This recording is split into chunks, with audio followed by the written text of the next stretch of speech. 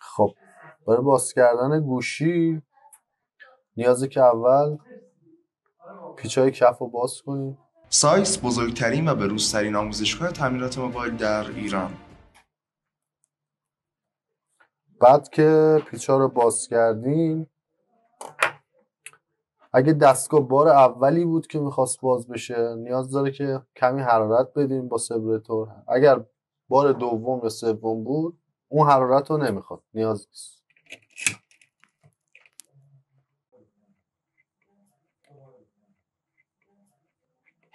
گوشی رو توی دستگاه میذاریم، تنظیمش میکنیم که دستگاه رو بگیره.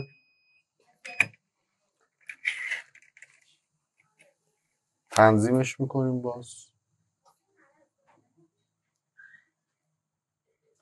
بعد که اهرم رو با چرخوندیم LCD از شاسی جدا میشه.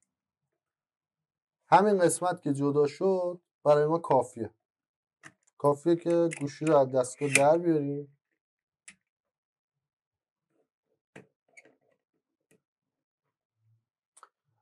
بعد با این قاب بازکنا که توی بازار هست میتونیم LCD رو جدا کنیم یا با ناخن، فرقی نمیکنه.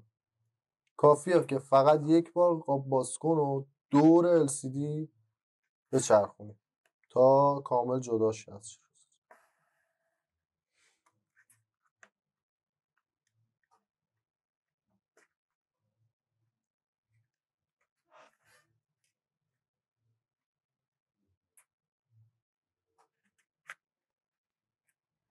بعد اینکه یه دور چرخوندیم همه جهات ول میکنه LCD و دستگاه باز میشه.